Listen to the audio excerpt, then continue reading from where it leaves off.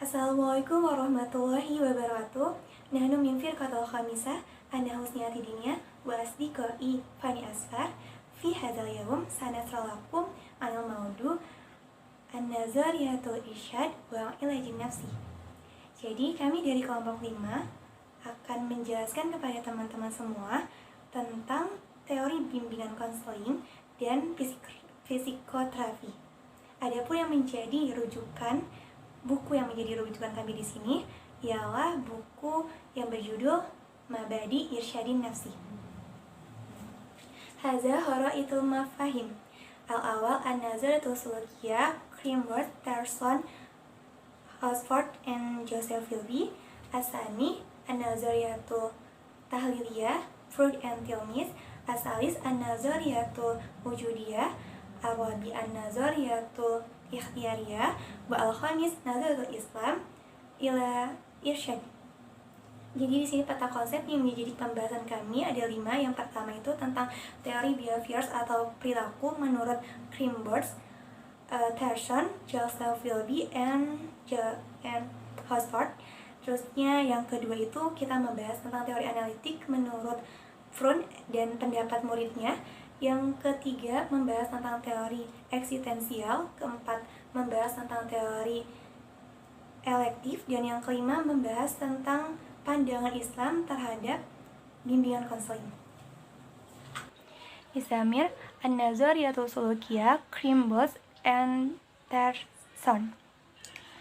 Jadi Ar-Irsyad As-Sulukiyah banahu amilatul musa'adatun nafsi ala ta'lamu asalib halin musyakilun syakhsiyah wal atifiyah anturuki i'adi zuruf fi alati tuhakiku ta'al musulukil mangsyud wa tamiyata kudurati ala muwajahadatun halin musyakilatun ammatan. Jadi yang pertama ini teori konseling perilaku menurut Crimworth and Terson. Jadi menurut mereka berdua ini, konseling perilaku adalah proses membantu orang lain mempelajari metode pemecah masalah pribadi dan emosional dengan mempersiapkan kondisi belajar yang mencapai perilaku yang diinginkan dan mengembangkan kemampuan untuk menghadapi dan memecahkan masalah mereka secara umum. Suma di sini adalah prinsip atau asas yang ditetapkan oleh Crimworth dalam menggunakan konseling perilakunya terhadap peserta didik. Yang pertama, al-awal ma'rifatud dalaili wal haqiqai wal afkaril hilayah wal mu'siratu ala sulukil fardi ghairis suh. Asani istakhdamu mubadi nazariyatul ta'allum fi amaliyatul irsyad. Asalis tahdidul ahdafi wadihati sahlatil allati yumkinu tahqiqaha. Ar-rabi atarkizu ala ma yajibu an yutimma tagirihi litakuna sulukil malaim. Jadi beberapa prinsip untuk membantu siswa memahami masalahnya, terutama masalah pendidikan, direpresentasikan sebagai berikut. Yang pertama itu mengetahui bukti, fakta, dan ide-ide terkini yang mempengaruhi perilaku abnormal, perilaku yang tidak normal dimiliki siswa tersebut. Yang kedua, menggunakan prinsip-prinsip teori belajar dalam proses membimbing. Yang ketiga, menentukan tujuan yang ingin dicapai dengan jelas. Yang keempat, faktor apa yang perlu diubah untuk membentuk perilaku yang sesuai. Jadi fokusnya, fokus apa yang ingin diubah terhadap perilaku yang dituju.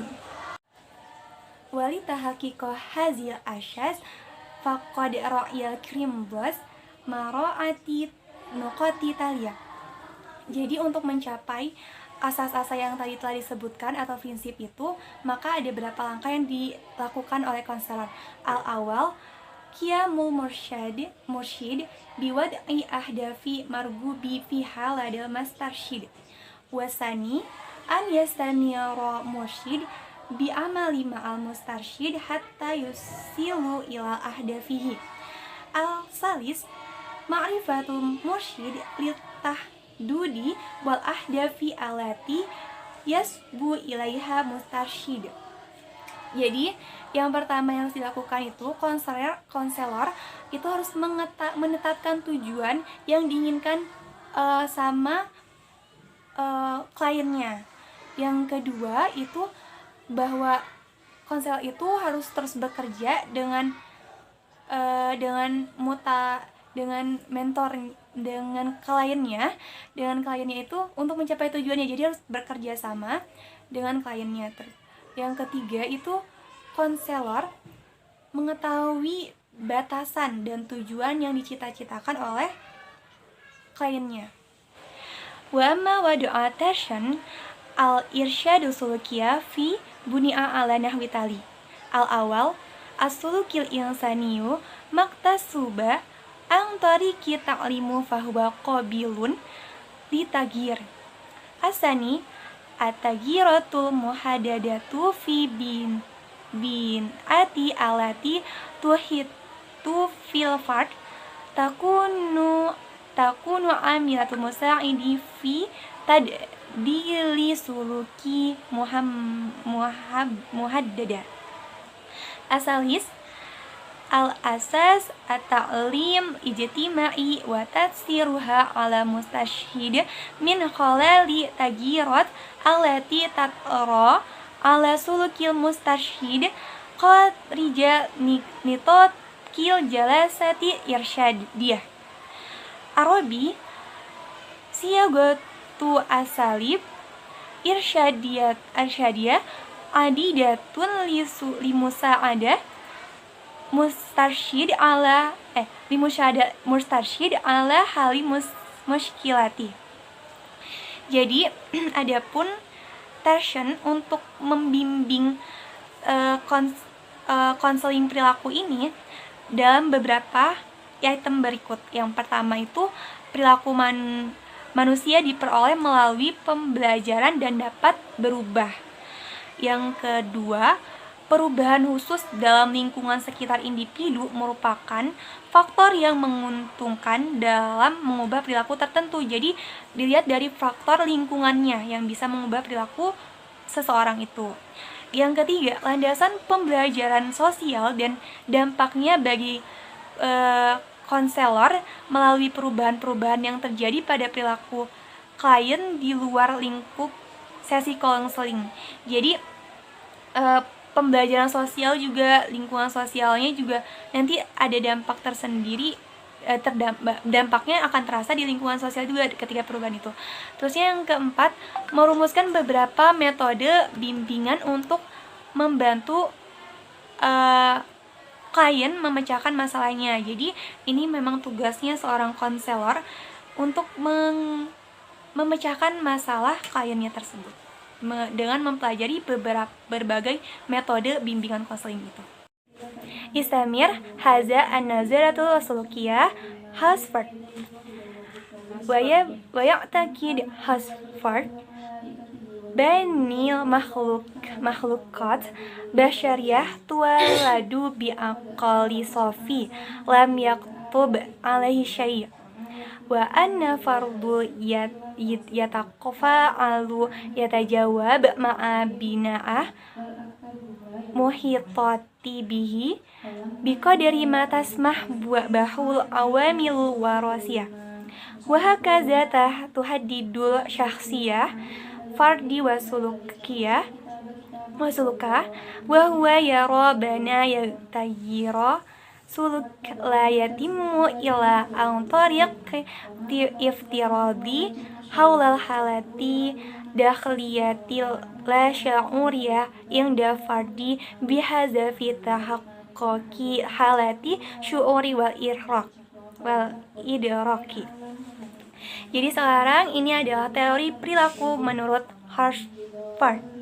Jadi Hasford percaya bahwa manusia itu dilahirkan dalam pikiran yang murni seperti kertas putih yang tidak ditulis apa-apa, dan bahwa yang mempengaruhi perilakunya itu seseorang individu karena berinteraksi dan merespon lingkungan sekitarnya sebanyak mungkin yang dimungkinkan oleh faktor-faktor pengasuhan dari ibunya atau pengasuhan lingkungannya atau dari pengasuhnya juga, dan dengan demikian menentukan kepribadian dan perilaku individu tersebut. Nah, dan dia melihat bahwa mengubah perilaku hanya melalui asumsi tentang keadaan batin bawah sadar individu untuk mencapai keadaan perasaan dan persepsi. Jadi kalau mau mengubah perilakunya itu kalau menurut teori Harvard ini melalui asumsi dalam keadaan batin bawah sadarnya gitu. Wawadu'a Harvard arba'atu mutagayyirat yajibu mura'atuha inda istakhdim asalib irsyadiyah sulukiyah. Jadi di sini ada beberapa variabel, ada 4 variabel yang harus diperhitungkan dalam menggunakan metode konseling perilaku ini yang dibawa oleh teorinya Harvard. Al-awwal, imkanatu mustarsyid wa muqdarul ihbati alati ya'ani minha. Asani nawa'ul mushkilat alati yasa'a mustarsyidu ila haliha. Asalis nawa'ul mu'azzizat mukhtalifah mutawafirat fi bina bi'ati mustarsyid wa fi matu hazihi mu'azzizat. Arabi asyakhasu mahmuna fi hayati mustarsyid walazi yumkinuhum musa'adatul mursyidi fi tagiri sulukil mustarsyid ila afdoli. Jadi 4 yang harus diperhitungkan dalam menggunakan metode Harvard ini. Yang pertama, potensi penasehat atau mentor itu dan jumlah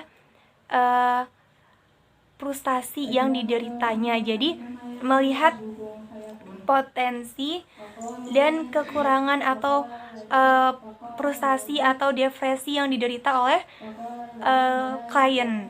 Terusnya yang kedua, jenis masalahnya yang ingin dipecahkan oleh konselor. Jadi harus jenis masalahnya itu apakah masalahnya itu bisa dipecahkan dengan mudah ataupun tidak, dan jenis masalahnya itu bisa ditangani oleh konselor atau tidak. Jadi harus diperhitungkan dari jenis masalahnya itu. Terusnya yang ketiga, jenis penguat berbeda yang tersedia di lingkungan klien dan nilai penguat ini. Jadi faktor pendukung yang mengatasi masalah itu tersedia di lingkungan klien atau tidak. Jadi harus dilihat dari faktor pendukung dari lingkungannya juga. Terusnya orang-orang penting dalam kehidupan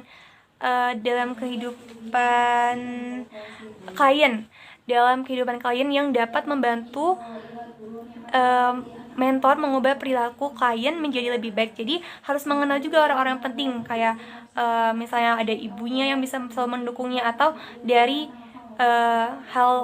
seseorang yang lain yang bisa menguatkan untuk mengubah perilaku tersebut. Kama hadidi wa Harvard kaifiyata istadami hazil asalib ala nahwi tali. Jadi di sini Harvard juga mencantumkan bagaimana langkah-langkah menggunakan metodenya. Al-awwal, at-ta'zizatu yajibu an yakuna mu'ni'an lada ya mustarsyid. Wasani yutabaqu ta'ziz bi aslubi manjiyah. As-salis ma'rifatu mata wa kaifa yutimma ta'ziz. Ar-rabi al-amalu ala tawafurul qadrati ladaya mursyid ala istintaji suluki muradil ta'zizuhu. Jadi langkah yang pertama yang dilakukan itu adalah untuk konselor harus persuasif, harus meyakinkan atau mengajak kepada klien, kamu tuh bisa mengubah perilaku mu itu gitu.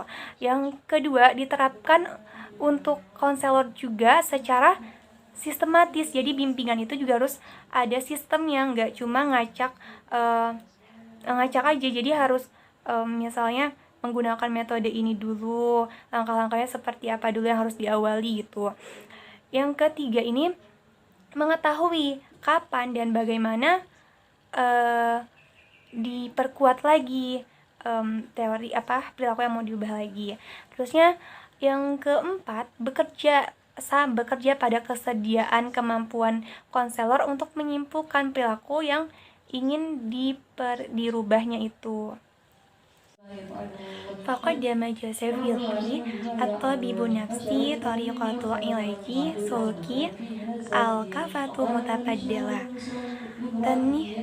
Tanhijata Ta'asirihi Bimanhumi Ta'azizid Inda Craighill Wadzalika kana alfin watis umia wasamania wa khamsun katabun ilajil nafsi biwasitahul akaf fil mutafaddal wa huwa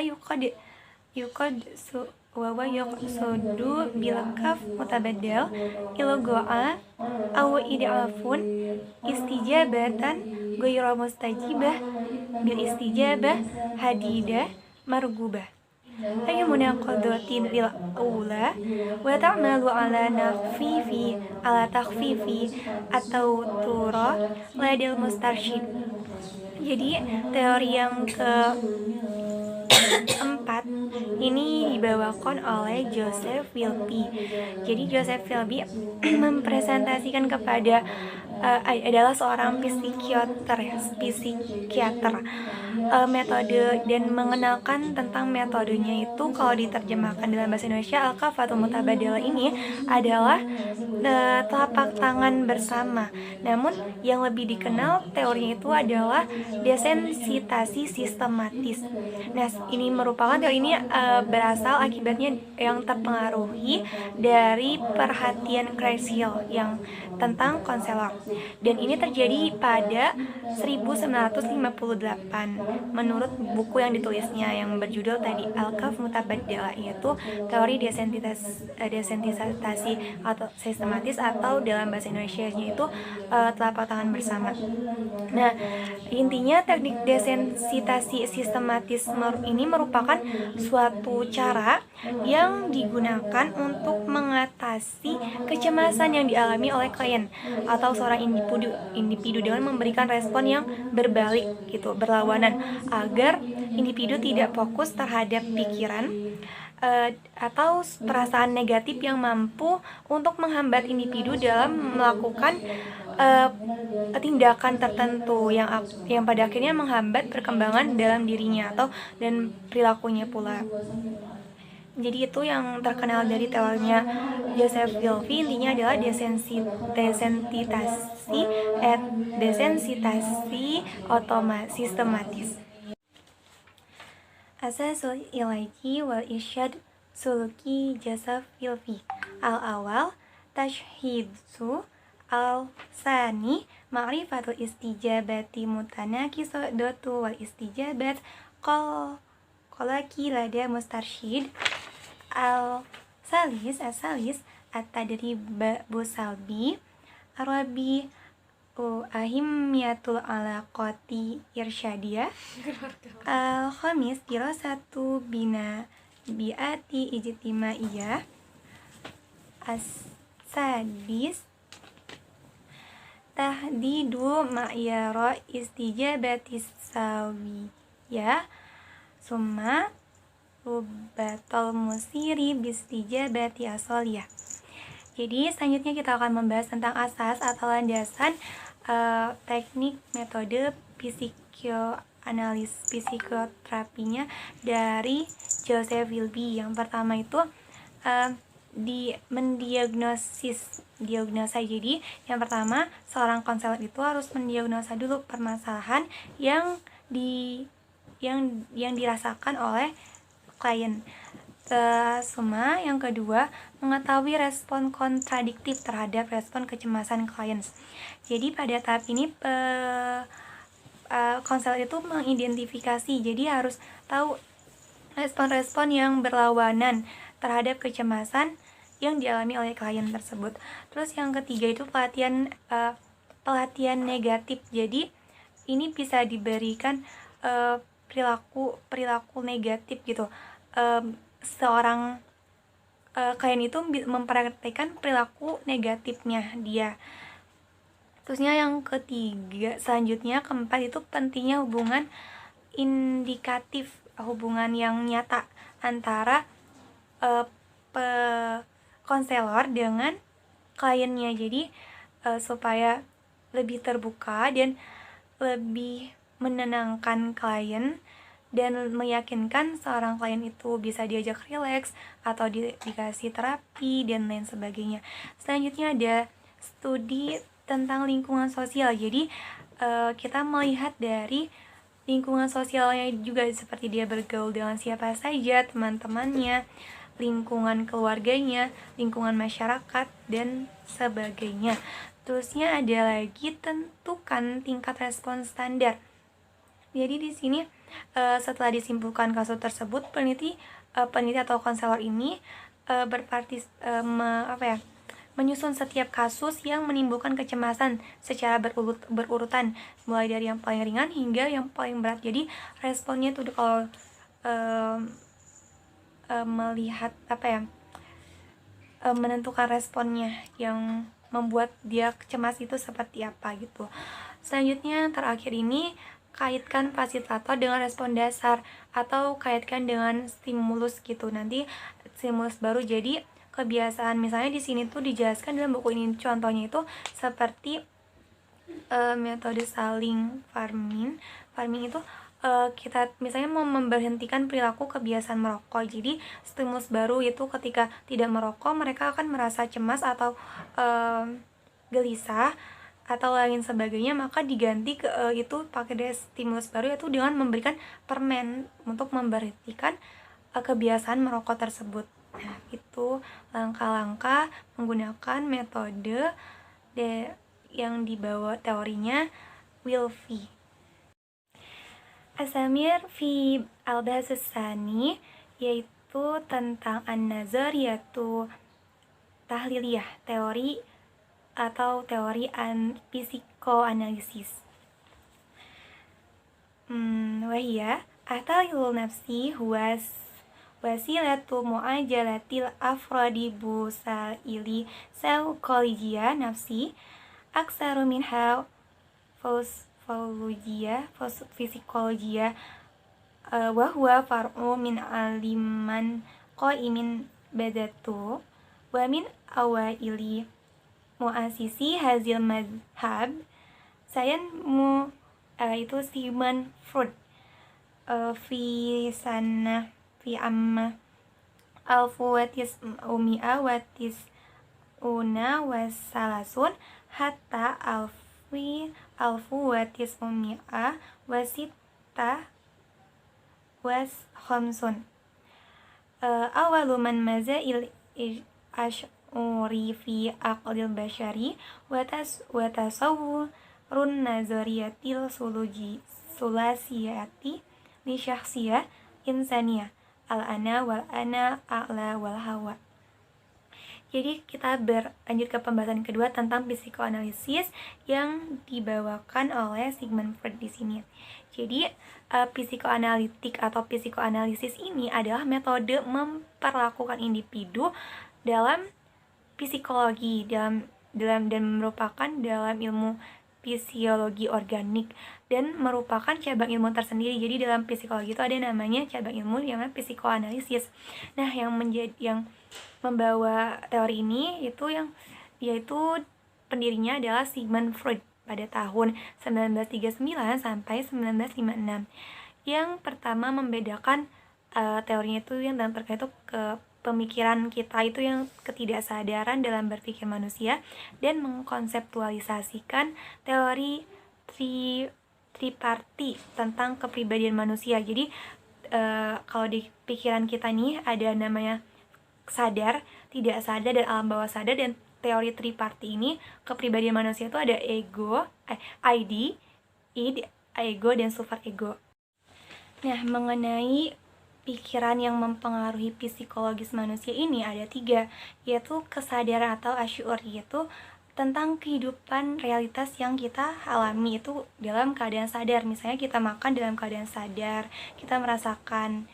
Terusnya selanjutnya itu Lasuor yaitu ketidaksadaran yang mempengaruhi psikologi kita, itu seperti rasa cemas atau rasa ketidaksukaan terhadap suatu hal atau seseorang. Namun kita tidak tahu alasannya kenapa, kita tidak bisa menjelaskan. Tanpa sadar kita merasakan cemas gitu. Itu masuk ke dalam alam ketidaksadaran. Selanjutnya ada alam maqobla suhur, yaitu alam bawah sadar. Nah, mengenai alam bawah sadar ini adalah itu juga mempengaruhi pikiran kita, seperti ini tuh pengalaman dari masa lalu yang kita ingat-ingat kembali, atau yang sudah kita, dan misalnya kalau kita dalam perjalanan kan kita sudah hafal tempat itu kalau sudah dilewati beberapa kali-kali, jadi udah masuk ke alam bawah sadar kita, jadi tanpa kita sudah otomatis kalau mau belok kanan, belok kiri, lurus atau nanjak gitu. Nah, itu yang termasuk dalam alam bawah sadar, itu dari masa lalu yang kita ingat-ingat kembali atau sudah terotomatis masuk ke alam bawah sadar kita. Nah, kalau ini tuh masuknya itu ke ini, Sigmund Freud ini juga memvisualisasikan itu seperti gunung es. Jadi gunung es kan kelihatannya di atas laut itu kecil, tapi di bawahnya yang terdalam itu jauh banget atau dalam banget gitu, lebih besar sampai dalam kedalaman laut. Jadi alam bawah sadar ini posisinya itu ada di dalam laut ini, cuman kalau yang sadar ini posisinya ada di atasnya. Jadi itu yang digambarkan oleh Sigmund Freud yang mempengaruhi psikologis kita dalam berperilaku dan berpikir. Wa fi dirasati syahsyun insaniya qadama Freud tasawwura li syahsiyah ala anha tataqawanu min al-hawa, takawanu min salasa abad wahya al-hawa al-ana wa al-ana a'la.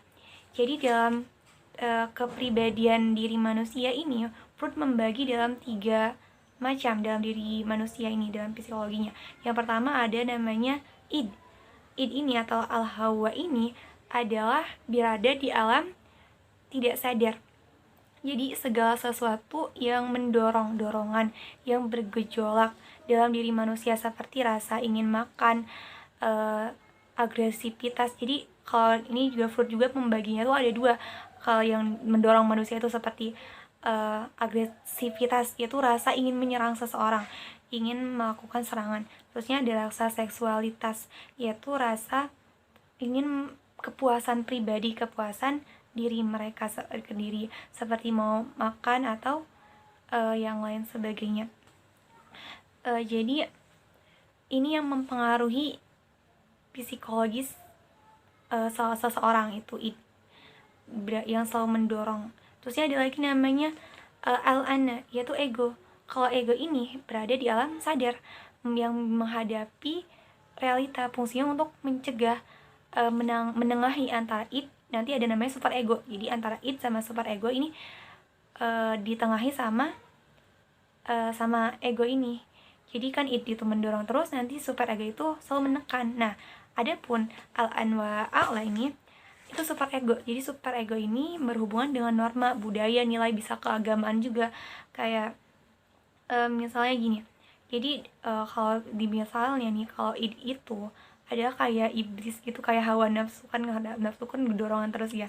Nah, kalau super ego ini malaikatnya. Kalau misalnya kita contohnya ketika kita kesal dengan seseorang atau karena suatu masalah gitu, ini ego itu mendorong pengen nonjok dia tuh orang itu, nonjok gitu, pengen nyerang orang itu.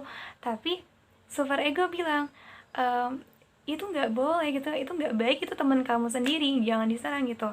Nah, terus ini yang menengahi antara keinginan ingin menyerang dan ingin menekan untuk merendam emosinya. Jadi ini bisa kalau nggak dilampiaskan gitu, nanti bisa jadi kesal kepada diri sendiri gitu, kepada dirinya sendiri kalau nggak dilampiaskan. Tapi dilampiaskan juga nggak bisa langsung menyerang. Jadi ego ini memberi solusi. Lampiaskannya juga nanti ada namanya pertahanan ego, mungkin bisa diredam dengan sesuatu yang lain gitu, nggak langsung menyerang saja. Selanjutnya kita akan membahas tentang pertahanan ego, yaitu bagaimana sih mengatasi untuk menengahi ini antara ide yang selalu mendorong dan super ego yang selalu menekan itu. taudihu limika nazati dafai. Jadi ini kita akan membahas tentang mekanisasi pertahanan ego, atau dalam bahasa ini disebut dengan defense mechanism yang tadi tuh. Bagaimana cara kita melampiaskan sesuatu dengan baik gitu. Tapi di sini juga terbagi lagi sebenarnya. Kalau dalam dua golongan, ada yang dilampiaskan untuk meredamkan emosi itu atau merasa mengatasi kecemasan itu, ada yang dengan baik dan ada yang positif, ada yang negatif juga. Namun di sini secara umumnya itu disebutkan ada 10. Yang awal itu atahwadi atau wahadi, yaitu identifikasi. Kalau ini caranya itu ketika mengalami masa sulit, orang mekanisasi pertahanan ini tuh identifikasi tuh mempelajari. Jadi mempelajari masalahnya ini kenapa sih kejadian itu, terusnya cara mekanisasi bertahan tersebut memungkinkan individu untuk terhindar dari pemikiran yang berhubungan dengan situasi stres dan aspek emosional, dan berusaha untuk fokus pada komponen intelektual atau memberikan ilmu terhadap individu tersebut.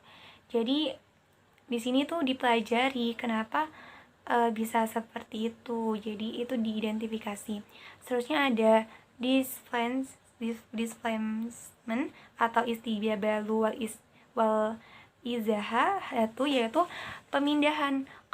Misalnya nih, kamu menyalurkan rasa emosi dan frustasi yang kuat terhadap seseorang atau sesuatu yang tidak memiliki dampak terhadap dirimu. Jadi ketika kita merasa kesal, merasa marah, itu disalurkannya kepada sesuatu, bukan ke orangnya langsung, tapi kepada orang lain yang gak punya dampak terhadap dirimu. Sepertinya contohnya di sini tuh kamu kesal,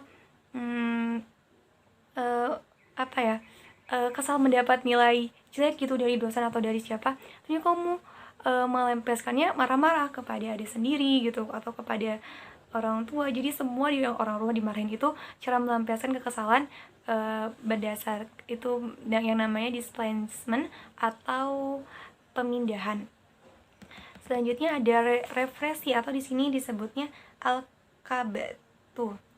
Nah, al-kabatu ini manusia akan menekan dalam-dalam apa yang dirasanya sehingga dia melupakannya. Jadi kalau kita udah merasa kesal atau merasa sakit hati atau merasa segala perasaan yang mempengaruhi psikologis kita gitu, itu ditekan saja dalam-dalam, dipendam sendiri gitu sampai dalam, sampai benar-benar lupa, nanti sampai lupa. Terusnya selanjutnya ada namanya istiqotu atau refleksi, projection atau proyeksi ini mencoba untuk memantulkan apa yang kita rasakan kepada orang lain di luar diri kita. Jadi dibalik gitu, kayak dipantulkan. Kalau misalnya kita tuh nggak suka sama orang itu, aku benci gitu, nggak mau dekat-dekat gitu, tapi kita memantulkan lagi, kayaknya orang itu benci dia sama kita, jadi supaya nggak dekat-dekat orang itu benci, jadi kita menjauh dari dia. Atau misalnya ini termasuk yang positif kalau menurut saya gitu. Jadi kayak kita tuh membalikan situasi gitu, membalikan dari yang tadi kita benci sama dia, jadi kita berpikirnya dia yang benci sama kita, sehingga kita nggak ada hubungan lagi sama dia gitu. Selanjutnya ada namanya takwisi, yaitu regression atau regresi lebih ke kanak-kanakan. Jadi kita tuh melampiaskan emosi, kekesalan kita itu kembali ke sifat kanak-kanakan kita, kayak murung di kamar atau geli yang melakukan pelarian lah, seperti anak-anak, intinya seperti itu. Yang kalau kita trauma kehilangan, kemungkinan akan bertindak seperti masa anak kecil lagi gitu. Sama ada namanya tasbitu atau fixation. Fiksasi ini pembentukan reaksi, mengubah perasaan yang kita ketahui menjadi sebaliknya. Ketika orang tersebut mengalami rasa frustasi, mereka lebih milih untuk berinteraksi dengan yang lebih positif. Nah, kalau ini menurutku juga termasuk yang positif, karena menghilangkan emosional atau stres tadi dengan melakukan hal-hal yang positif. Seperti kalau kita benci dengan seseorang, ya kita berarti belajar mencintainya gitu. Terusnya kompensasi, atau disebut di sini atakwinu asia, atakwido, yaitu relate for action formation, pembentukan reaksi. Afwan, yang sebelumnya itu menjelaskan tentang pembentukan reaksi itu mengubah perasaan yang kita ketahui menjadi sebaiknya ketika orang tersebut mengalami rasa frustasi, maka mereka lebih untuk berinteraksi dengan yang positif. Itu namanya disebut dengan pembentukan reaksi dengan pembentukan reaction forman. Selanjutnya ada kompensasi atau takwildo, yaitu memisahkan hidup yang ada dengan berbagai sektor, memisahkan diri kita dari berbagai sektor yang lain.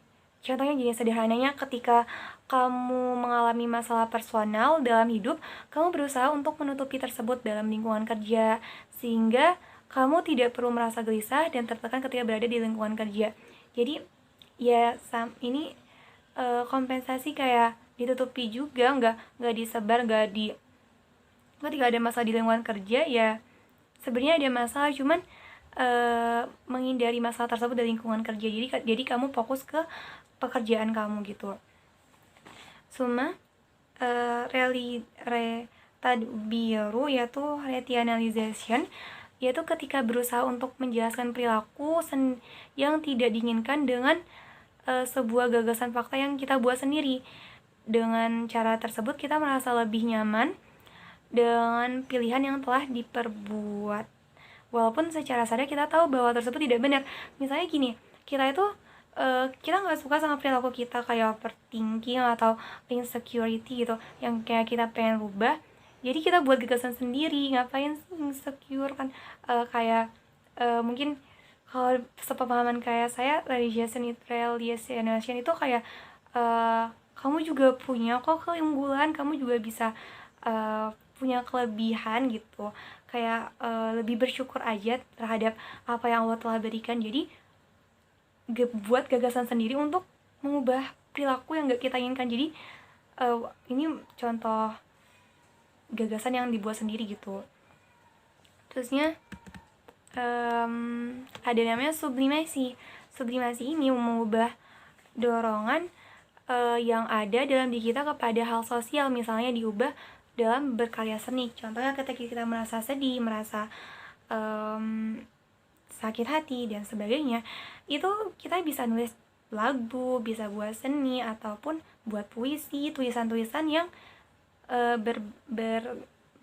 bernuansa seni tersebut. Jadi itu yang sublimasi. Bagaimana jadi tergantung kepada diri kita masing-masing, bagaimana kita mempertahankan ego atau defense mechanism yang cocok untuk diri kita. Tapi digunakannya secara fleksibilitas, jangan kaku. Kalau kaku tuh nanti malah ke arah yang negatif gitu. Jadi disesuaikan saja sama diri kita masing-masing. Hutu tilak ilaji indah fruit, yaitu langkah-langkah pengobatan dalam fruit ini. Ini merupakan langkah-langkah ketika ada klien yang melakukan konseling mengenai trauma-traumatik gitu, atau merasakan kecemasan.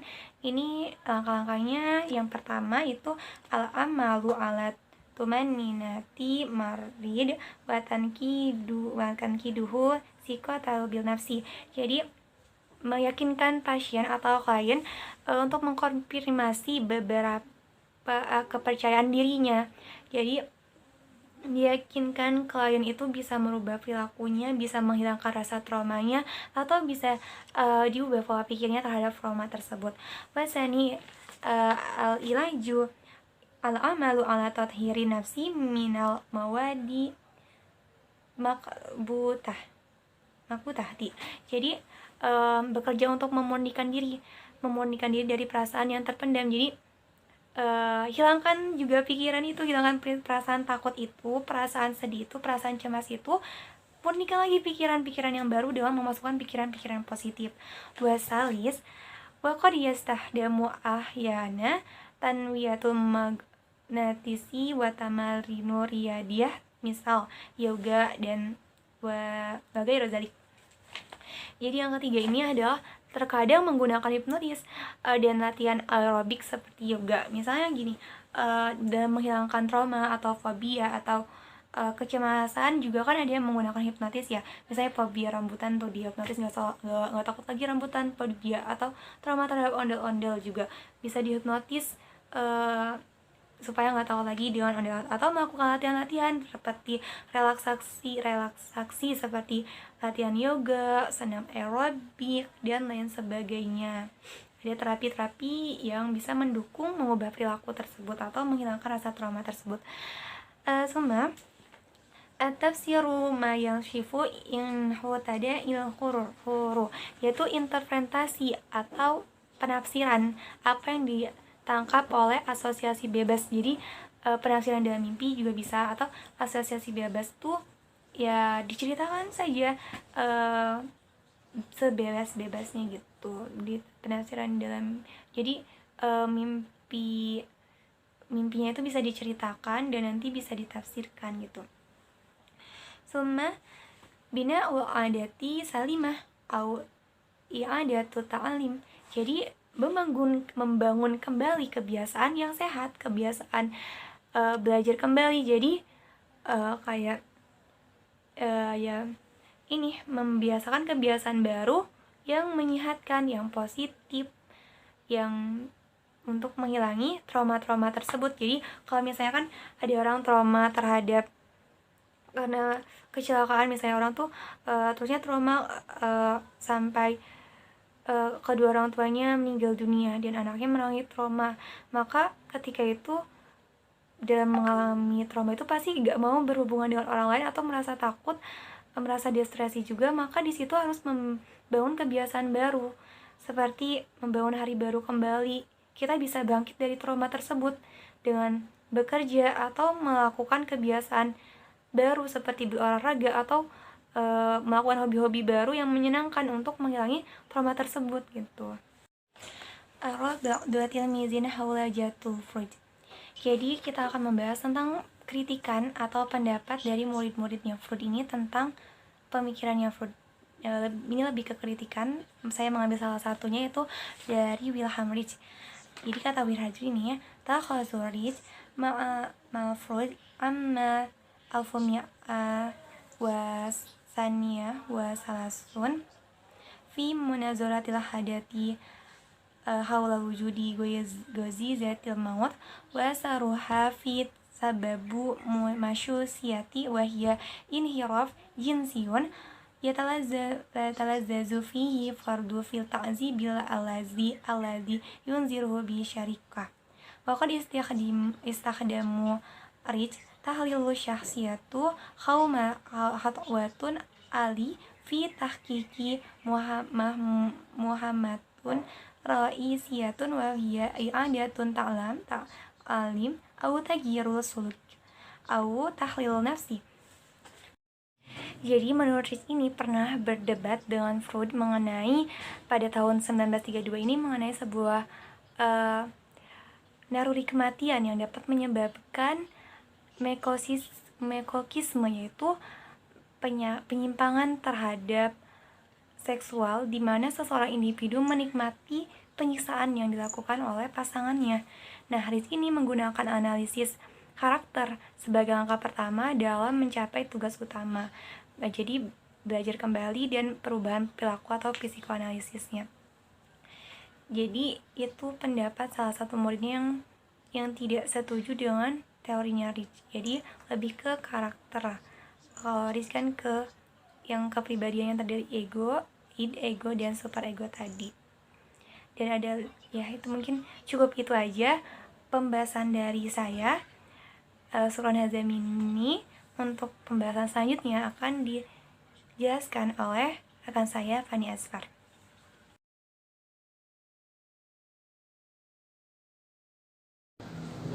نعم سأستمر بهذه المادة التي قد تبلغ عن صديقتنا حسنية الدينية. نعم المادة نظرية الوجودية.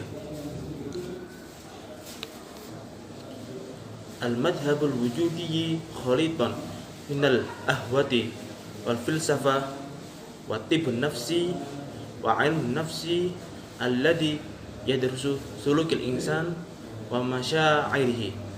Nah, teori eksistensional merupakan campuran dari teologi, filsafat, psikiatri, dan psikologi.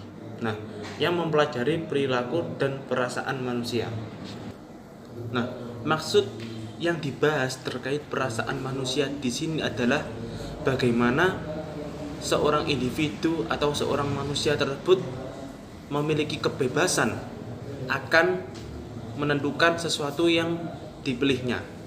Sehingga pada teori ini itu lebih menekankan akan bagaimana seorang individu itu dapat bebas dalam memilih sesuatu yang seharusnya dia lakukan. Di samping itu, dia juga dibebankan akan tanggung jawab dari suatu keputusan yang telah ia buat tersebut. Sehingga di sini kita tahu bahwa teori eksistensional ini sangatlah menghargai seorang individu atau akan keberadaan individu tersebut guna mengeluarkan gagasan-gagasan atau pemikiran dan pilihan yang selayaknya dipilih sendiri oleh individu tersebut, akan tetapi juga tidak terlepas dari tanggung jawab yang dibebankan pada seorang individu tersebut.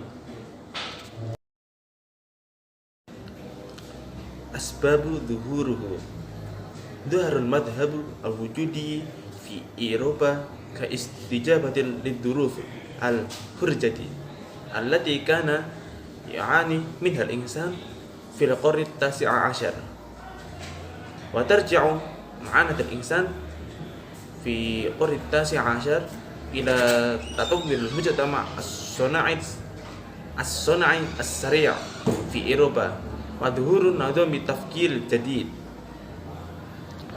Sebab-sebab kemunculan teori eksistensional.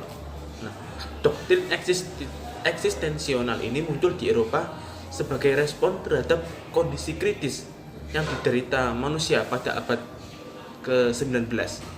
Nah, kondisi kritis tersebut itu disebabkan oleh pesatnya perkembangan masyarakat industri di Eropa, munculnya sistem pemikiran baru, sistem kehidupan baru yang membuat individu terasing dari masyarakat aslinya. Nah, dari sini kita tahu bahwasanya sebab-sebab dari kemunculan teori eksistensional itu dilatar belakangi oleh suatu perubahan kondisi akan pemikiran serta cara berkehidupan masyarakat Eropa saat itu, sehingga dalam ini terjadi sebuah pengklasifikasian terkait tatanan sosial kemasyarakatan serta terkait sistem pemikiran yang berbeda-beda sehingga menimbulkan sebuah kasta serta struktur sosial masyarakat. Nah, sehingga pada saat itu kewenangan akan menyampaikan pendapat itu juga menjadi sempit, hanya didominasi oleh kelompok-kelompok tertentu yang mendominasi, sehingga pada tahap ini kelompok-kelompok individu yang memperjuangkan akan teori eksistensional ini akan kebebasan berpendapat, akan kebebasan akan memilih sesuatu yang hendaknya dipilih untuk dirinya sendiri, itu berbondong-bondong menyuarakan akan memandang manusia dari aspek holistik. Maksudnya holistik di sini adalah memandang manusia dalam satu aspek, satu kesatuan, sehingga lebih ke tidak mengklasifikasikan manusia berdasarkan tatanan sosial yang ada di masyarakat, berdasarkan pemikiran serta berdasarkan sistem kehidupan yang baru yang muncul.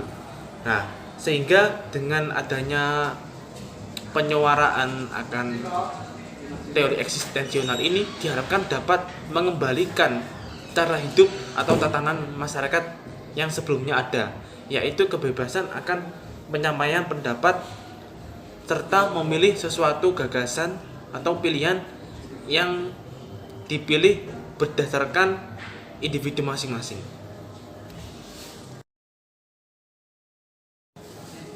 syakhsiyatun nadhariyatul wujudiyah. Al-ula yakni Søren Kierkegaard, wathani yakni Kierkegaard, wathalis yakni Tekhil, warabi yakni Sartre. Menganut doktrin eksistensional. Salah satu yang pertama menganut doktrin eksistensional ini adalah Søren Kierkegaard. Nah, beliau adalah filsuf teologi di abad ke-19. Nah, ketika itu beliau mencoba menjelaskan mengenai hubungan manusia dengan alam semesta dan Tuhan. Akan tetapi untuk para tokoh eksistensional yang lain itu ada yang datang dari berbagai aspek disiplin ilmu, seperti dari disiplin ilmu tentang teologi seperti Kierkegaard tahun 1889 hingga 1855, dan Tekhil yaitu yang hidup pada tahun 1886 hingga tahun 1880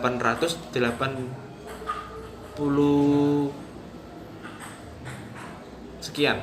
Nah, dan beberapa di antaranya dari gerakan filosofis seperti Heidegger, Sartre, dan lain sebagainya, termasuk dari psikiatri dan psikologi seperti Minkowski dan Binswanger dan Rollo-May serta Frankl yang wafat tahun 1907.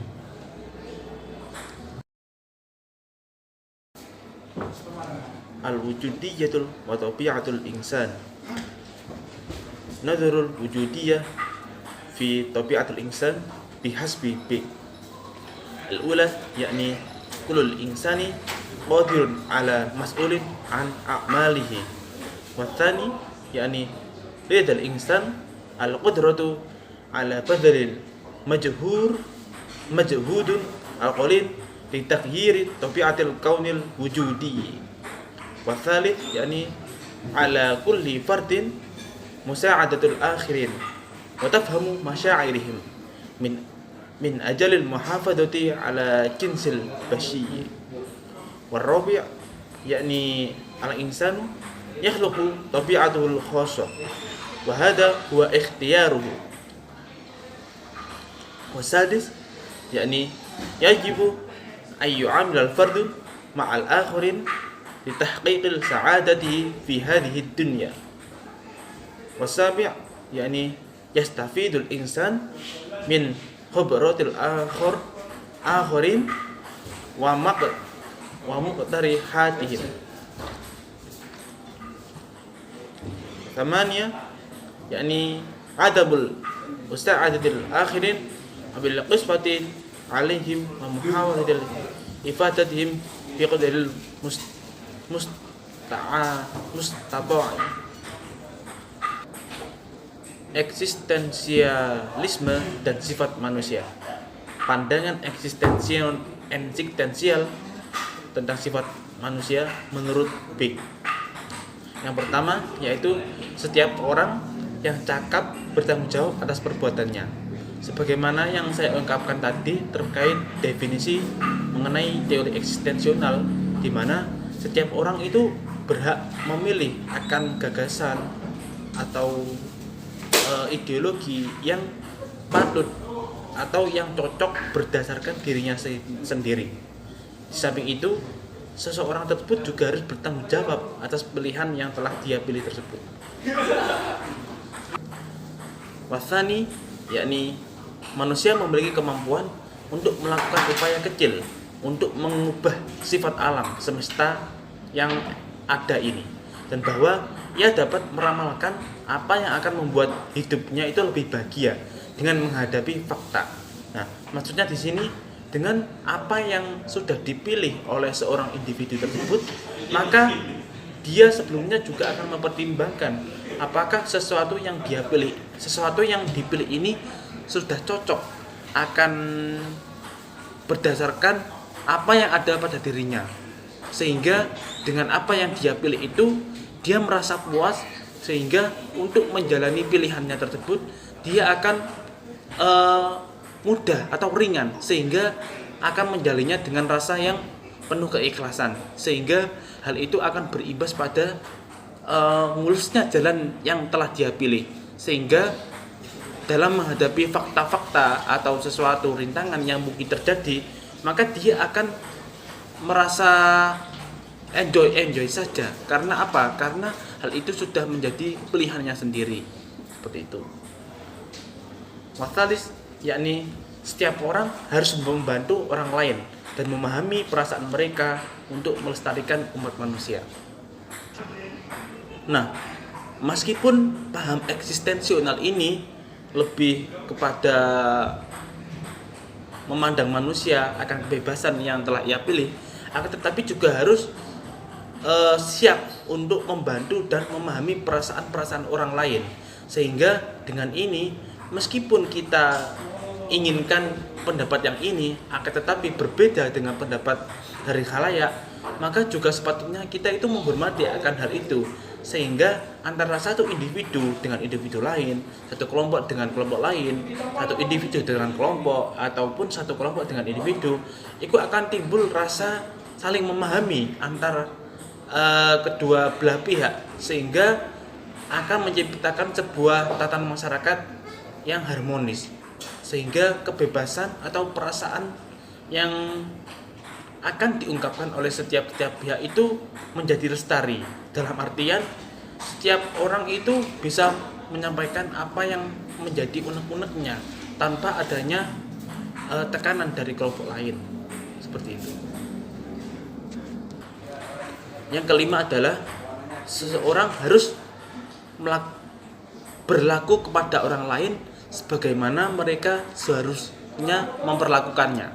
Maksudnya di sini adalah kita itu harus memperlakukan seseorang itu berdasarkan sebagai apa orang tersebut, sebagai apa. Apakah dia itu menjadi tetua di suatu susunan organisasi, atau sebagai orang yang terpandang, atau sebagai penasihat dan lain sebagainya. Nah, dalam hal ini amatlah sangat penting bagi kita memperlakukan seseorang itu berdasarkan kedudukan, dalam artian itu kedudukan status yang dia jabat secara formal, seperti itu. Jadi dengan kita memperlakukan seseorang dengan cara-cara yang sepadan, maka kita sendiri juga akan memperoleh timbal balik berupa kita akan diperlakukan dengan cara yang baik sebagaimana yang kita inginkan, seperti itu. Jadi pentingnya memperlakukan orang lain berdasarkan pola-pola perilaku yang baik, hal itu akan berimbas kepada diri kita sendiri. Kita akan diperlakukan oleh seorang berdasarkan kebaikan yang telah kita perbuat terhadap orang tersebut. Dan yang keenam adalah individu harus bekerja dengan orang lain untuk mencapai kebahagiaan di dunia ini. Nah,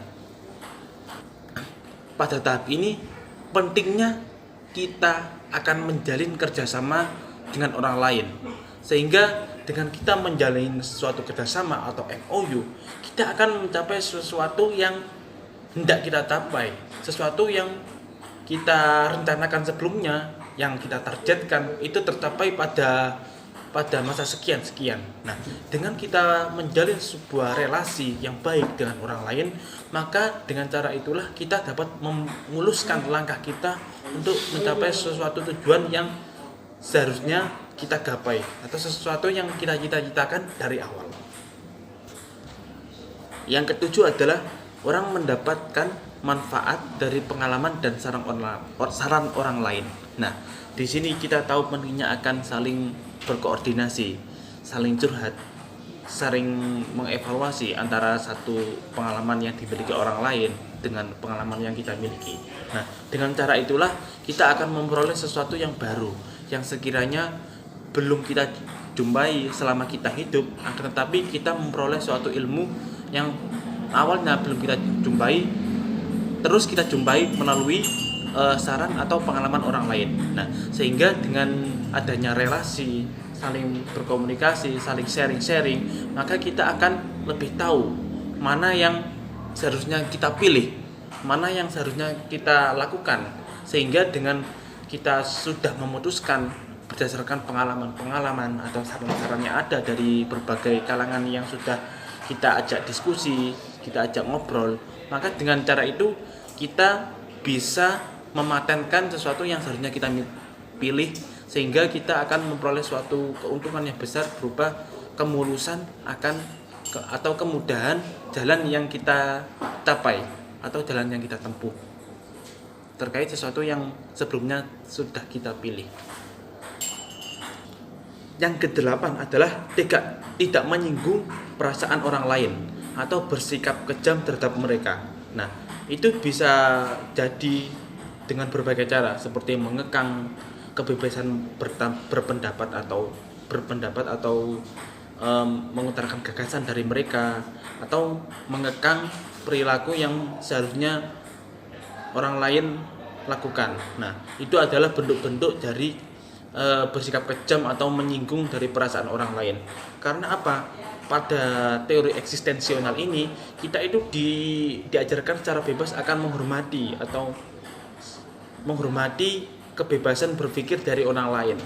Karena apa? Karena dengan cara tersebutlah orang lain dapat nyaman. Nah, di samping itu, ketika kita tidak menyinggung perasaan, tidak memarginalkan orang lain, maka kita juga akan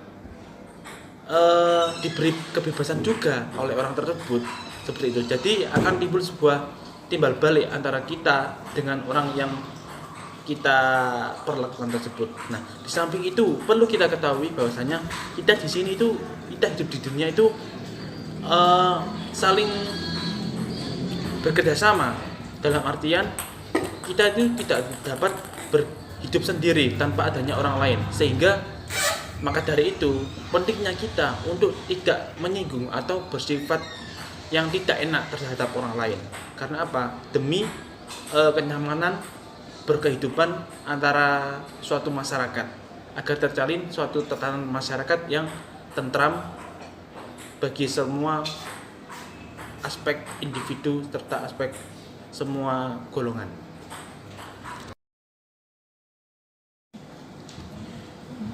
Mafhumul qaliqu indal wujudiyin.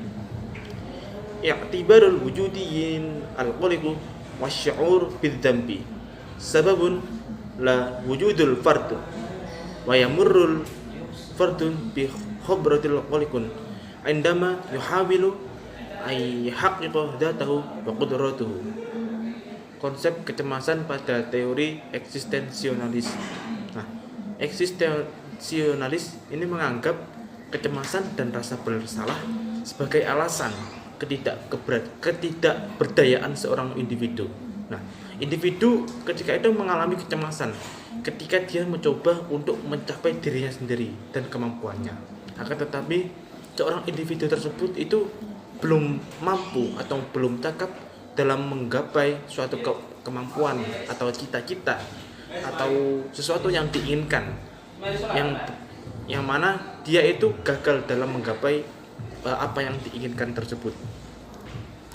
Nah, pada masa-masa seperti ini peran pemandu itu sangatlah dibutuhkan guna menenangkan atau memperbaiki keadaan yang dialami oleh pasien atau kliennya tersebut. Nah, di sini peran pemandu sendiri adalah membantu klien supaya menerima kecemasan sebagaimana yang biasanya terjadi pada seorang individu tersebut, di mana suatu kecemasan tersebut itu anggaplah sebagai sesuatu yang melengkapi hidup, sesuatu yang wajar dan memang ada keberadaannya dan itu sifatnya wajar. Nah, karena apa? Dengan adanya kecemasan tersebut itu merupakan sudah menjadi bagian yang sifatnya integral dari kehidupan ini. Jadi memang suatu kecemasan itu akan muncul dari seorang individu. Karena apa? Ya wajar, seorang yang ingin menggapai suatu cita-citanya dengan usaha yang maksimal, akan tetapi harapan yang dia raih itu tidak sesuai dengan apa yang diekspektasikannya. Sehingga dalam hal ini penting bagi seorang pemandu itu mengajari atau memberikan pencerahan terhadap kliennya guna berdamai dengan keadaan yang sedang dialami tersebut. Karena apa? Dan menjelaskan terkait bahwa kecemasan-kecemasan yang timbul sebagaimana perkara-perkara ini itu adalah sesuatu yang sifatnya wajar dan sifatnya memang ada dalam kehidupan ini, seperti itu. Al-irsyadul wujudi yajibu ayyakuna al-mursyidu shadiqan wa husnul khuluqi min ajli iqamati alaqatil ma'al amil wa yajibu ayyuwaffir fursatan lil amil di ijadi sifatul ijabiyah fi nafsihi. Bimbingan pada teori eksistensial. Nah, pemandu itu harus jujur dan berkarakter baik agar dapat menjalin hubungan dengan kliennya. Nah, dia itu juga harus memberikan kesempatan kepada kliennya untuk menemukan sifat-sifat positif, sifat-sifat yang bisa membangun, bisa mendukung pada diri seorang kliennya tersebut. Nah, dengan kenyataan yang disebutkan tadi, di mana seorang pemandu itu harus menciptakan sebuah hubungan yang baik dengan kliennya serta dapat membantu secara baik dengan kliennya, maka akan terbentuk suasana harmonis antara pemandu atau seorang pemandu dengan seorang kliennya ini. Nah, perlu kita ketahui bahwasanya pada teori eksistensialis ini itu sebenarnya tidak ada tentang metode atau langkah-langkah seorang pemandu itu membantu kliennya, akan tetapi bagaimana cara seorang klien itu menggali pribadi dari seorang kliennya terkait apa-apa yang menjadi sikap positifnya. Nah, di samping itu dengan cara memberikan kesempatan kepada seorang kliennya ini untuk menemukan sifat-sifat positif yang intinya itu dapat membangun diri dari seorang kliennya ini sendiri. Nah, dari sini kita tahu bahwa pentingnya memberi kesempatan kepada seorang klien atau untuk menemukan sifat-sifat yang intinya itu bisa membangun rasa kepercayaan diri dari seorang kliennya ini. Nah, di samping itu pada penggunaan teori eksistensional ini, seorang pemandu itu juga harus melihat bahwasanya seorang kliennya itu memiliki sesuatu yang berbeda dengan klien-klien yang lain. Nah, di mana seorang klien pada penggunaan bimbingan eksistensional ini harus melihat bahwa untuk memahami seorang kliennya ini harus melihat secara keseluruhan bahwa dia adalah makhluk yang berbeda. Nah, berbeda dengan klien-klien yang lain, berbeda dengan individu yang lain. Nah, juga bahwa seorang pemandu itu tidak dapat mengetahui atau menggali sebuah informasi kecuali dengan mengetahui pengalaman yang telah dilalui oleh individu tersebut. Nah, hal itu bisa dilakukan dengan cara apa? Dengan meminta informasi terkait apa saja sih pengalaman yang sudah dialami oleh seorang kliennya ini.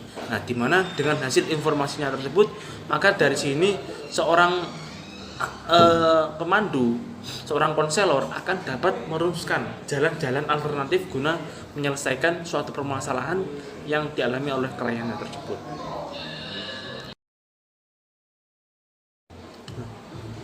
An-nadhariyatul ikhtiyariyatul intiqaiyah.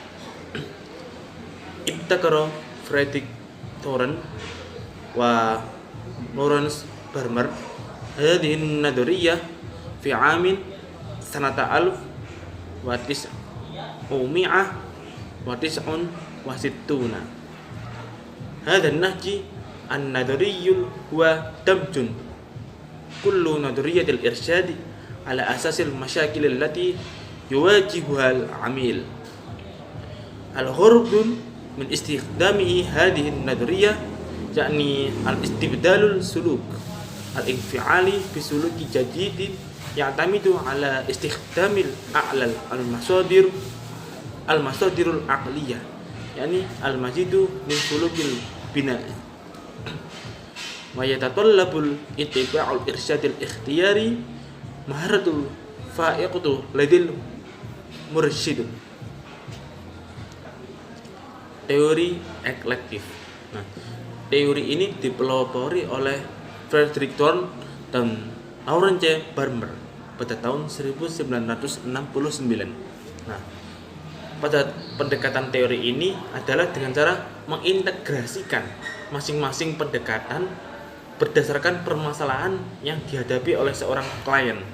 Nah, dari sini kita tahu bahwasanya teori eklektif ini sifatnya campuran antara beberapa teori yang nantinya itu digabungkan dengan berlandaskan pada permasalahan yang dihadapi oleh seorang klien tersebut. Nah, seperti itu. Bisa penggabungan antara 2 teori ataupun 3 teori yang intinya berdasarkan permasalahan yang dihadapi oleh sang klien. Nah, tujuan penggunaan teori ini adalah untuk mengganti perilaku emosional dengan perilaku yang baru dari perilaku seorang klien tersebut, di mana pada perilaku tersebut, perilaku yang baru itu tadi tergantung pada penggunaan sumber daya mental tertinggi, perilaku yang bersifat konstruktif. Nah, penggunaan konseling eklektif ini sifatnya itu kan mengganti suatu sikap yang lebih ke arah negatif dengan sifat yang terpuji. Dan tadi sudah saya jelaskan bahwasanya sifatnya teori eklektif ini secara konstruksional itu mengganti perilaku yang seharusnya dimiliki oleh seseorang, di mana perilaku yang awalnya itu kurang baik diubah dengan perilaku yang baik dan bermanfaat bagi diri seorang klien tersebut. Nah, penggunaan konseling eklektif ini membutuhkan sebuah keterampilan yang lebih dari pihak konselor. Nah, di mana di samping pengalaman yang luas tentang studi dari semua teori dan metode, maka dari itu bagi seorang pemandu atau konselor sendiri itu harus memahami semua teori-teori yang sekiranya itu mana sih teori yang sepadan, mana sih teori yang cocok diterapkan pada seorang klien, mana sih teori yang sekiranya bisa dipadukan atau digabungkan dengan menggunakan beberapa teori yang nantinya akan dijadikan sebagai alat guna mengatasi problematika yang dialami oleh seorang klien ini. Sehingga dengan keluasan ilmu yang dimiliki oleh seorang konselor ini diharapkan dapat memilih suatu teori dari beberapa teori yang sekiranya bisa membantu atau mengentaskan permasalahan yang dialami oleh seorang klien ini. Jadi pemilihan teori yang baik, yang sesuai itu sangatlah penting. Nah, dan itu hanya bisa dilakukan oleh seorang konselor saja. Mana sih teori yang cocok guna mengentaskan permasalahan yang dihadapi oleh seorang klien ini. Jadi maka dari itu perlu dalam penggunaan teori eklektif ini perlunya keluasan ilmu tentang studi pada semua teori yang ada. Sehingga tujuan akhir dari penggunaan teori eklektif ini adalah mengganti suatu perilaku yang dimiliki oleh seorang individu yang sebelumnya itu kurang tertata menjadi suatu sikap perilaku yang sifatnya lebih konstruktif, tertata. Nadratul Islami ila asasi tafsir sulukil insan, yaitu pandangan Islam menjadi landasan penjelasan dari perilaku manusia. Kita tahu bahwasanya seorang muslim itu tidak akan merasa terhina dan tidak akan merasa tercemas. Karena apa? Karena dia tahu bahwasanya Allah itu selalu bersamanya dan Allah pasti akan mengijabahi jika seorang muslim tersebut berdoa kepada Tuhannya tersebut. Nah, di samping itu seorang muslim juga akan merasa bahwasanya dia itu akan selalu terhubung dengan Allah, karena dalam setiap perilaku, tindakan, perbuatan yang dilaluinya di dunia ini itu sebenarnya dimanifestasikan kepada sang penciptanya, kepada sang kholiknya, kepada sang Tuhannya, yaitu Allah Subhanahu wa ta'ala. Sehingga dengan rasa keimanan yang sangat mendalam ini, karena akan menimbulkan atau mampu menciptakan sebuah stabilitas psikologi yang dialami oleh seorang individu muslim ini, sebagaimana yang difirmankan oleh Allah Subhanahu wa taala dalam surat Al-Ahqaf ayat 13. A'udzu billahi minasyaitonir rajim. Bismillahirrahmanirrahim. Innal ladzina qalu rabbuna Allah tsumma istaqamu fala khaufun 'alaihim wala hum yahzanun. Artinya, sesungguhnya orang yang berkata, Tuhan kami adalah Allah, kemudian mereka tetap istiqomah, tidak ada rasa khawatir pada mereka, dan mereka tidak pula bersedih. Dari ayat tersebut kita tahu bahwasanya Allah selalu membersamai orang-orang muslim yang beriman, yang memiliki keyakinan bahwasanya Allah itu selalu ada bagi setiap hamba-hambanya. Di samping itu, ketika kita tinjau pada konteks agama Islam, kan kita tahu bahwasanya Islam itu datang guna membantu umat Islam untuk mencapai keseimbangan antara dunia dan ukhrawi.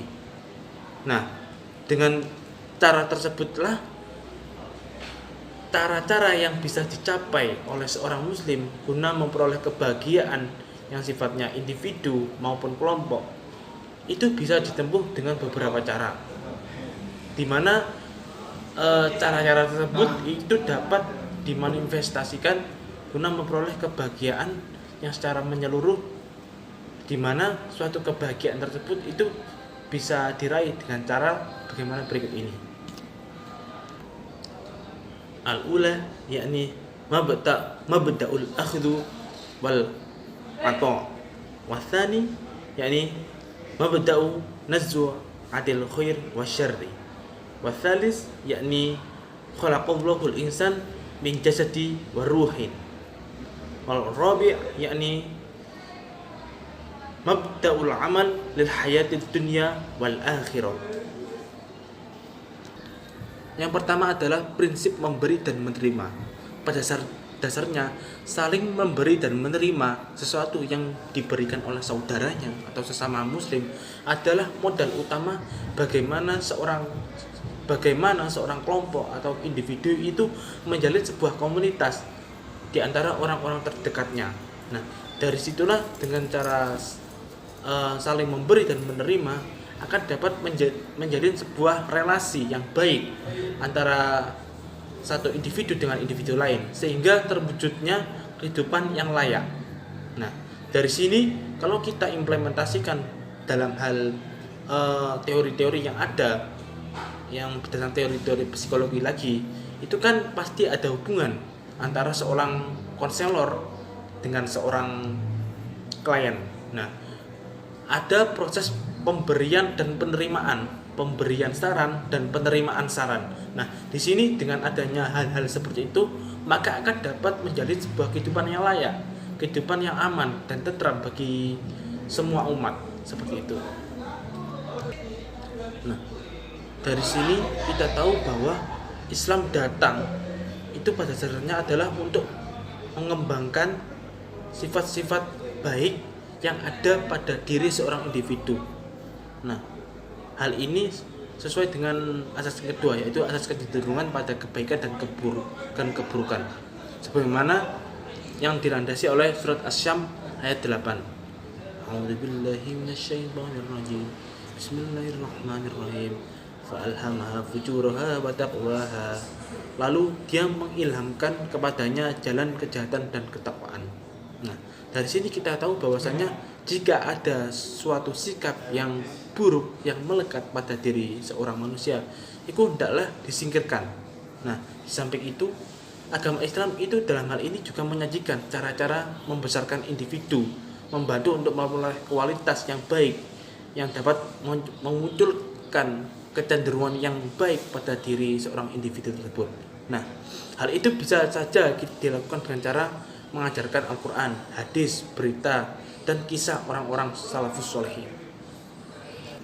Nah, kalau kita implementasikan dengan kasus-kasus konseling pada saat ini, contohnya saja antara konselor dengan klien. Dari sini kita tahu bahwasanya seorang konselor itu harus mendominasi sifat-sifat yang baik.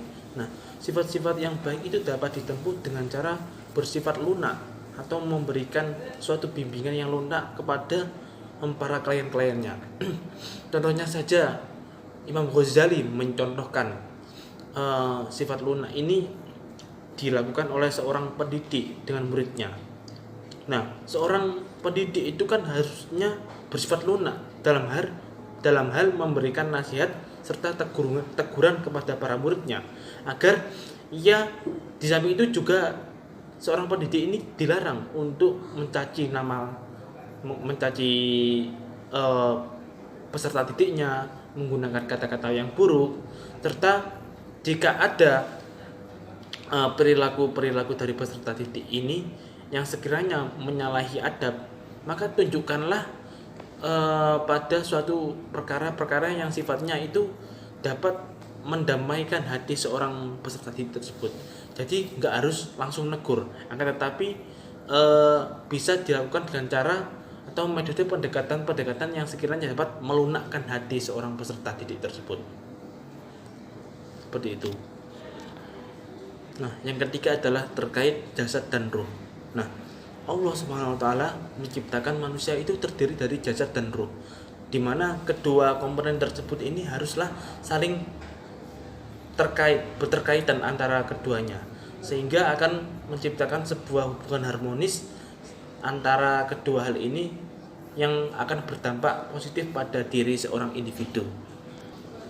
Kalau kita berbicara mengenai ruh sendiri itu adalah sarana komunikasi antara manusia dengan Tuhannya, sebagaimana firman Allah Subhanahu wa taala dalam surat Al-Isra ayat 85. A'udzu billahi minasyaitonir rajim. Bismillahirrahmanirrahim.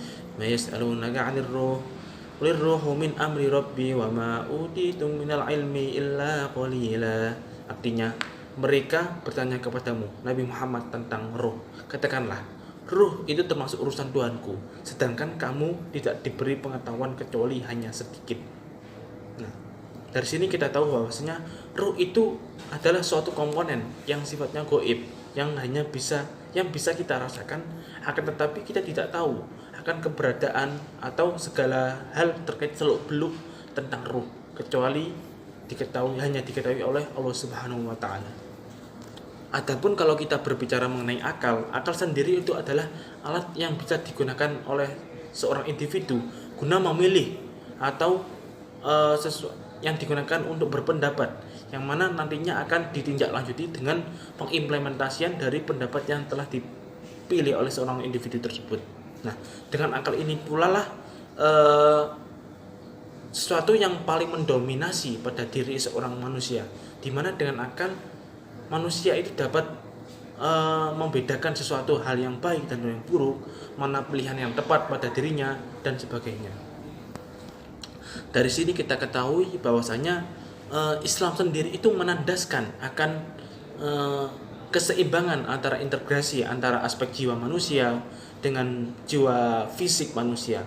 Nah, hal itu dilakukan dengan cara apa?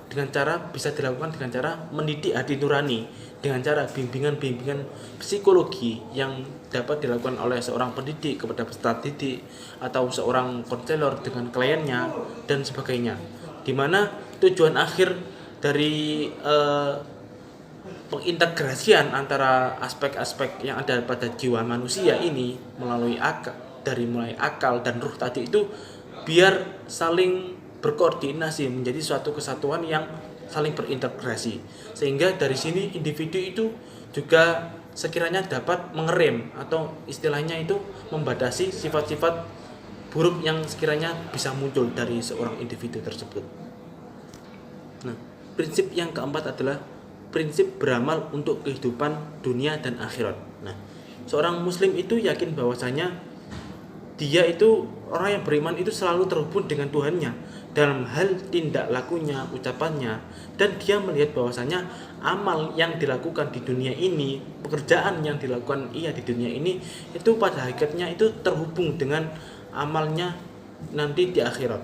Nah, hal itu sebagaimana dalam Quran surat Al-Qasas ayat 77. A'udzu billahi minasyaitonir rajim. Bismillahirrahmanirrahim. Wabtaghi fima ataqallahu ad-darul akhirah wa la tansa nasibaka minad dunya wa ahsin kama ahsanallahu ilaik wa la tabghil fasada fil ard innallaha la yuhibbul mufsidin.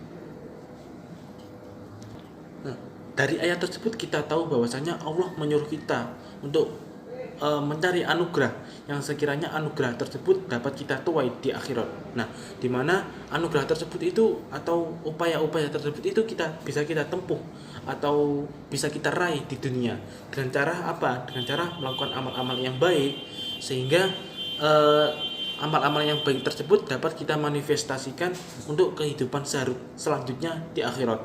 Nah, di samping itu Allah juga menandaskan bahwasanya jangan sampai kita itu terlalu sibuk dengan memikirkan kehidupan yang sifatnya ukhrawi.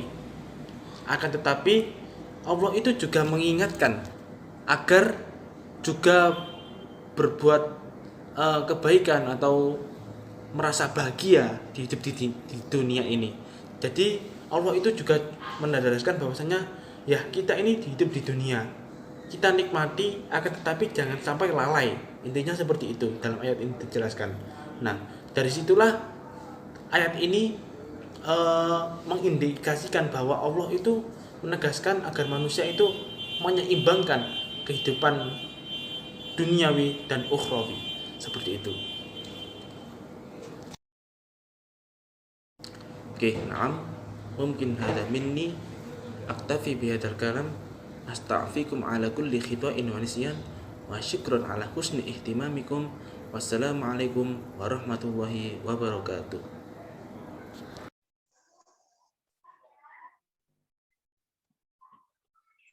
Baiklah, kami di sini akan mempraktekkan tentang bimbingan konseling, yaitu teorinya Sigmund Freud, yaitu psikoanalisis. Di sini saya Husnia Dinia sebagai konselor, dan rekan saya Fani Asfar sebagai klien. Langsung saja, mari kita mulai prakteknya. Atas nama siapa masnya yang ingin melakukan Saya konseling? atas nama Fani Asfar. Dari mana mas asalnya? Saya berasal dari Jombang dan sekarang saya tinggal di Pondok Pesantren Sabilur Rasyad Gasek Malang dan kuliah di UIN Malang PAI. Baiklah, kita di sini tujuannya tahu kan mas ingin melakukan bimbingan konseling? Saya mau konseling di sini. Iya. Oke, baik. Jadi bimbingan konseling adalah pemberian bantuan yang diberikan kepada klien yang diberikan oleh konselor untuk memecahkan suatu masalah. Dan perlu diketahui dalam melakukan bimbingan konseling ini kita perlu mengetahui asas-asasnya. Yang pertama itu asas kesepakatan. Jadi kita harus sepakat apakah mas di sini tidak ada keterpaksaan dari orang lain untuk melakukan bimbingan konseling? Tidak ada. Saya di sini atas nama saya sendiri guna menuntaskan permasalahan yang saya miliki. Baiklah, terusnya yang kedua ini ada asas keterbukaan.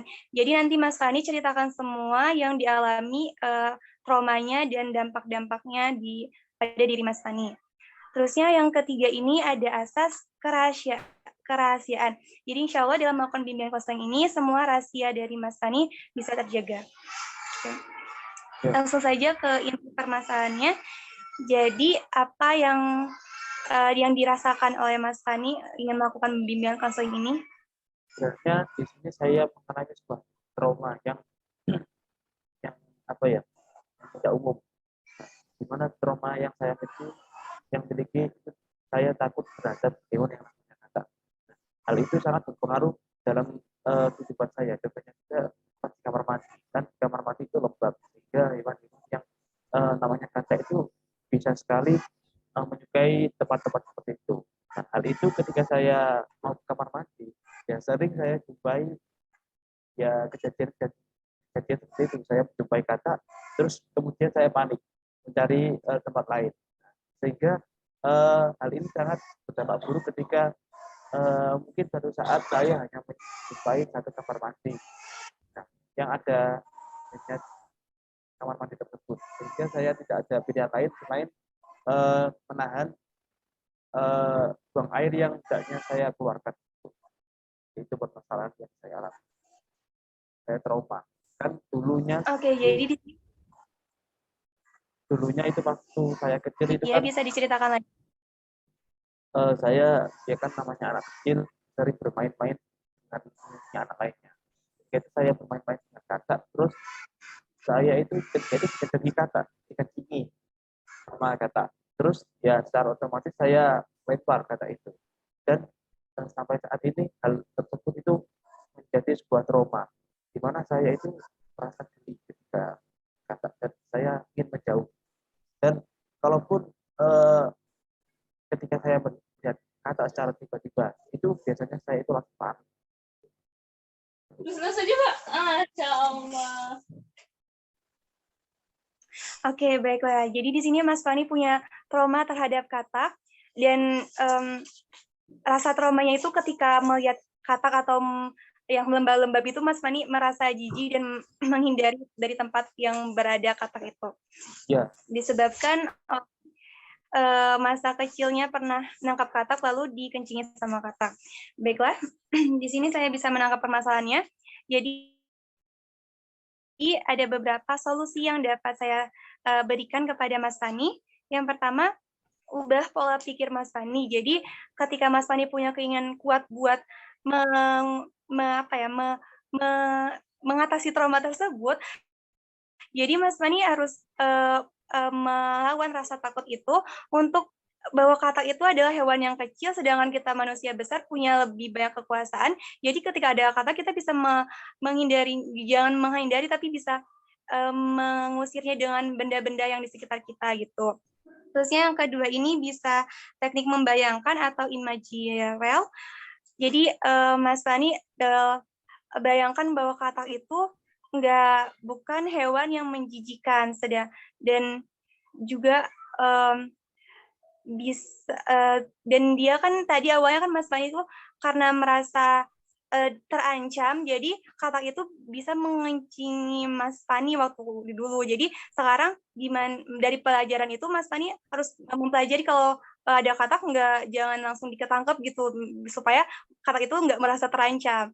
Terusnya selanjutnya intinya jangan panik ketika ada katak atau mendekati, ya biasa aja gitu.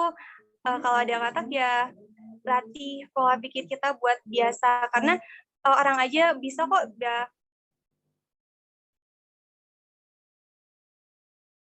kita cari-cari gambar katak atau tekstur yang kayak katak kita latih, ya seperti itu intinya. Mungkin itu beberapa solusi yang bisa ditawarkan, nanti Mas Fani terapkan untuk beberapa, kalau misalnya ada perkembangan atau masalah lain bisa dikonsultasikan kembali. Ya baik, saya akan coba terlebih dahulu untuk saran-saran yang sudah diberikan. Mungkin untuk kedepannya lagi, itu saya akan mencoba lagi dengan melaporkan perkembangan yang saya alami secara berkala pasca melakukan konser ini.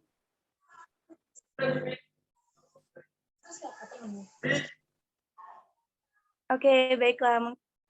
Cukup itu aja dari saya. Ya, baik Kak, nanti saya hubungi lebih lanjut ya kalau ada suatu permasalahan di tengah-tengah. Terima kasih. Ya, baik. Ya, sama-sama. Mas kembali.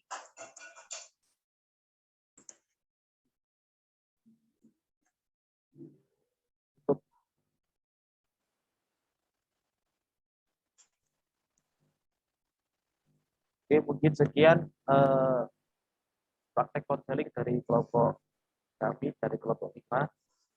Apabila ada salah kata, saya mengucapkannya. Saya cukup dalam. At-tafi biadal dalam, at-tafi malam.